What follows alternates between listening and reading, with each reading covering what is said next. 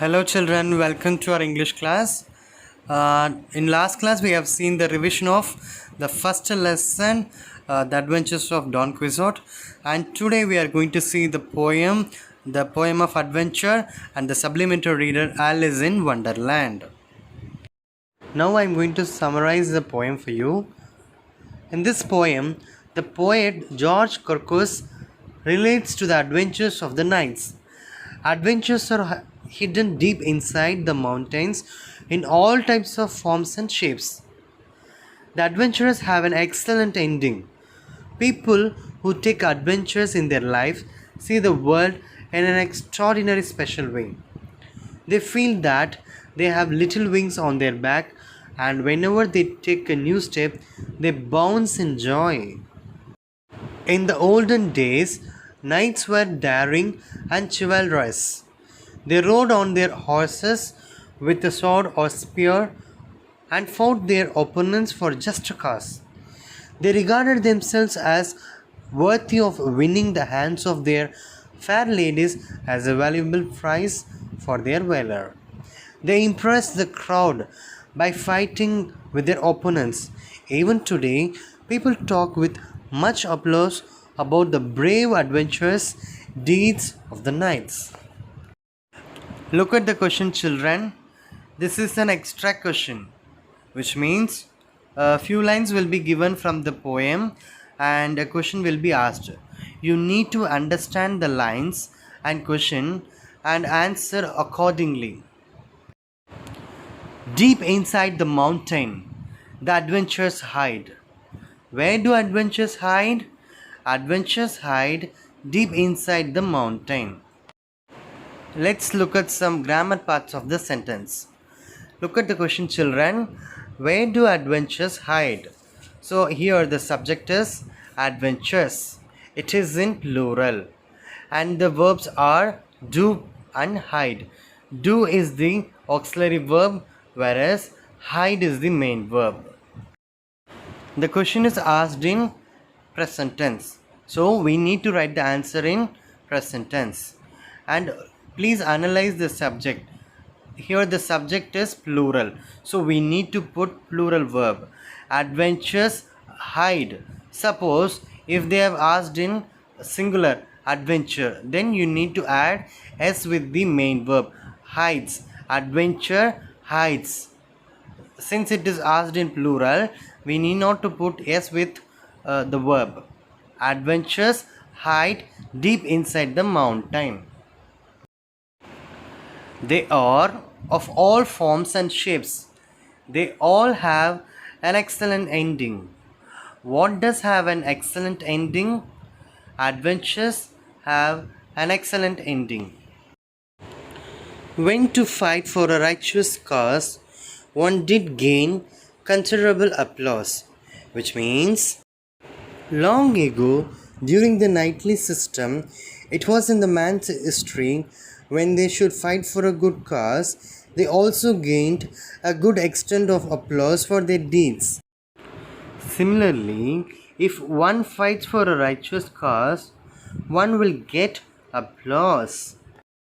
When we look at the grammar part, the answer is kind of a conditional clause. Yes, it is the first type of conditional clause. If one fights for a righteous cause, one will get applause. In conditional clause type 1, if we use simple present tense, then automatically the next part will be in simple future.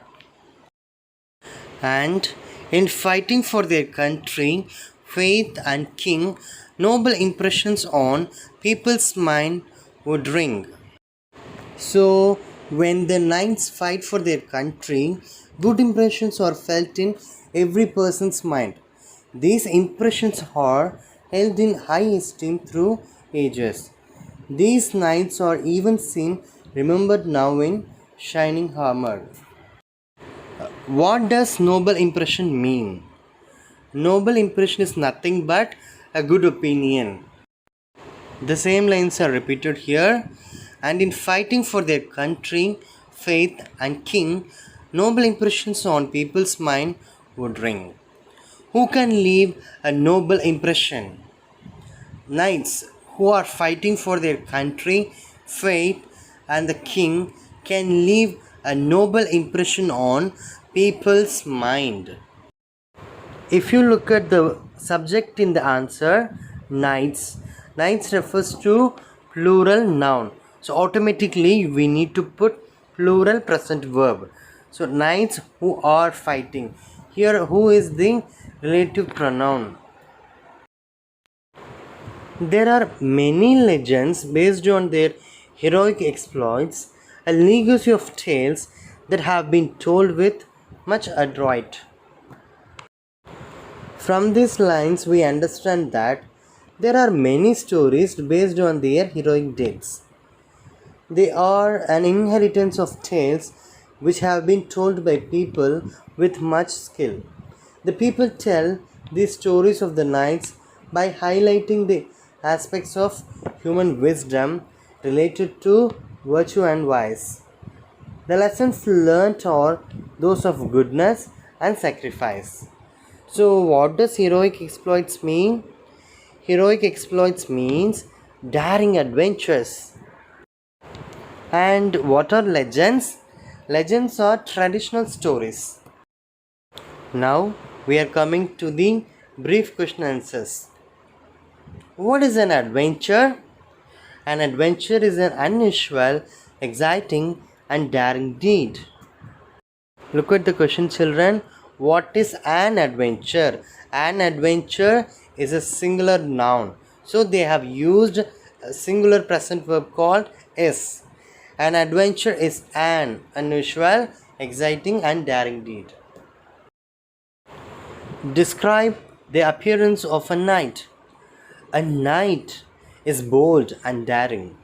He rides on a horse with a sword or spear in harness, seeking romance.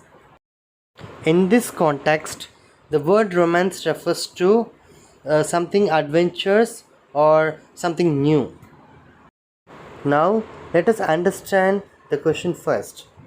Describe the appearance of a knight. A knight refers to singular. So, they have used a singular verb called is. A knight is bold and daring. And he rides. So, if it is third person singular, we need to add s with the main verb. So, he rides on a horse with a sword in armor, seeking romance. What are the characteristics of an adventure? Adventures hide deep inside the mountains. They have an excellent ending. They are all forms and shapes. Now, let us analyze the grammar part of the question. What are the characteristics of an adventure? So, characteristics are asked in plural. So, they have used the plural verb called are. And look at the other word, an adventure. It is in singular. So, it is not always that we should follow the same pattern as with the question. We can also use some other thing. For example, here the adventure refers as a singular one, but we can also use a plural one. For example, look at the answer, children. Adventures hide. So the word adventures is nothing but a plural noun. So we need not to add s with the main verb. Adventures hide deep inside the mountains. They, plural. So we need to use have. If it is in singular, we can use it has. Okay. Now we come to the long answers. Why does the poet ask us to imagine that we have tiny wings on our back?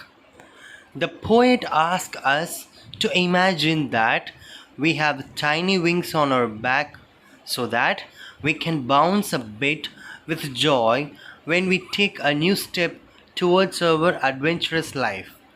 He also wants us to imagine that we are clear in mind and feel the wind passing through us instead of going against us.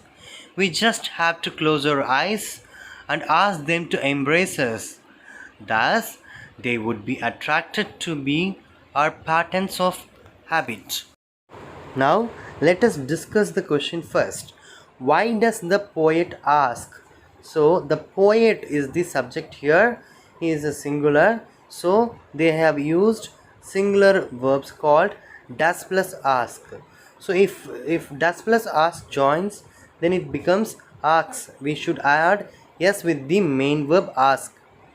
The poet asks us to imagine that we have tiny wings on our back so that we can bounce a bit with joy when we take a new step towards our adventurous life. And then he also wants, see here the pronoun is singular, the pronoun is singular, so they have add yes with the main verb wants. Why should we fight for a righteous cause? Long ago, during the age of chivalry, knights used to fight for a righteous cause. They gained considerable applause for their chivalrous acts. Likewise, we should also fight for a noble cause so that we could get good applause from the people of our country. If we fight for our country, people will have a good impression of us in their minds. They will hold us in high esteem.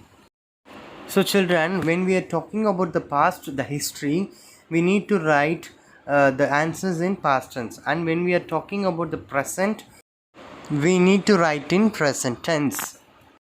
Take the first part of the answer. Long ago, during the age of chivalry. So, if we see the phrase long ago, automatically we have to think about the past events. So, we need to put the past verbs. For example, knights used to. Used to is the past verb. In the next sentence, they gained. They refers to knights. They gained, past tense. And if we come to the second part of the answer, we should also fight for a noble cause.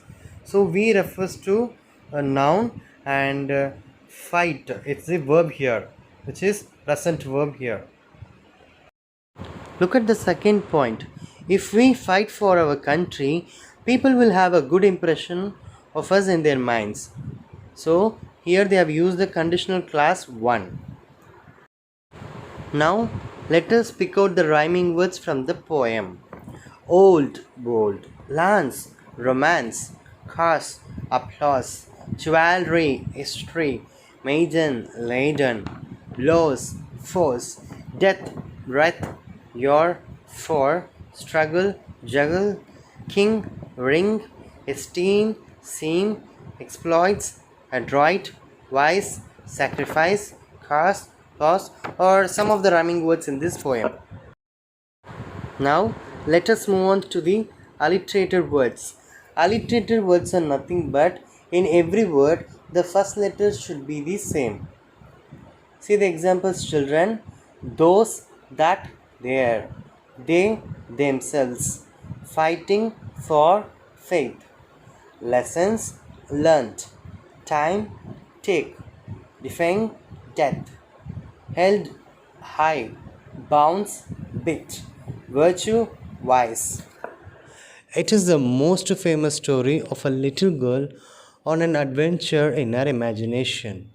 Alice, the main character, goes through many things and finally realizes it was just her dream.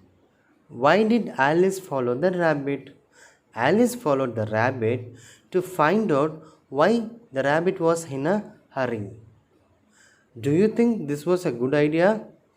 No, this was not a good idea. Why can't Alice get through the little door into the garden? Alice could not get through the little door into the garden as she was too big to enter. Why does Alice drink from the bottle that says, "Drink me"? And why does she eat from the cake that says, "Eat me"? Out of curiosity, Alice drinks from the bottle that says, "Drink me." As she is hungry, she eats the cake that says, "Eat me." How does Alice feel after all these changes? Alice wants to get back to normal size. What do you think is going to happen next? She may shrink again after eating or touching anything. So, this is a very important question, children. What challenges does Alice face and how does she overcome them? The size of Alice changes. She becomes no bigger than a doll. After eating the cake, she gets grown up larger than the house. When she touches the magical fan, she becomes small again. She gets insulted by March Hare and Mad Hatter at the tea party. The Queen of Arts puts her on trial and accuses her of stealing. She declares the punishment also. When Alice gets up from sleep, she realizes the mad tea party and the trial are part of her strange dream. Okay, children, good luck for your exam and do the best. Have a writing practice, write 2 or 3 times whatever you have read, and do the exam well. Thank you. Have a nice day. Bye bye. Take care.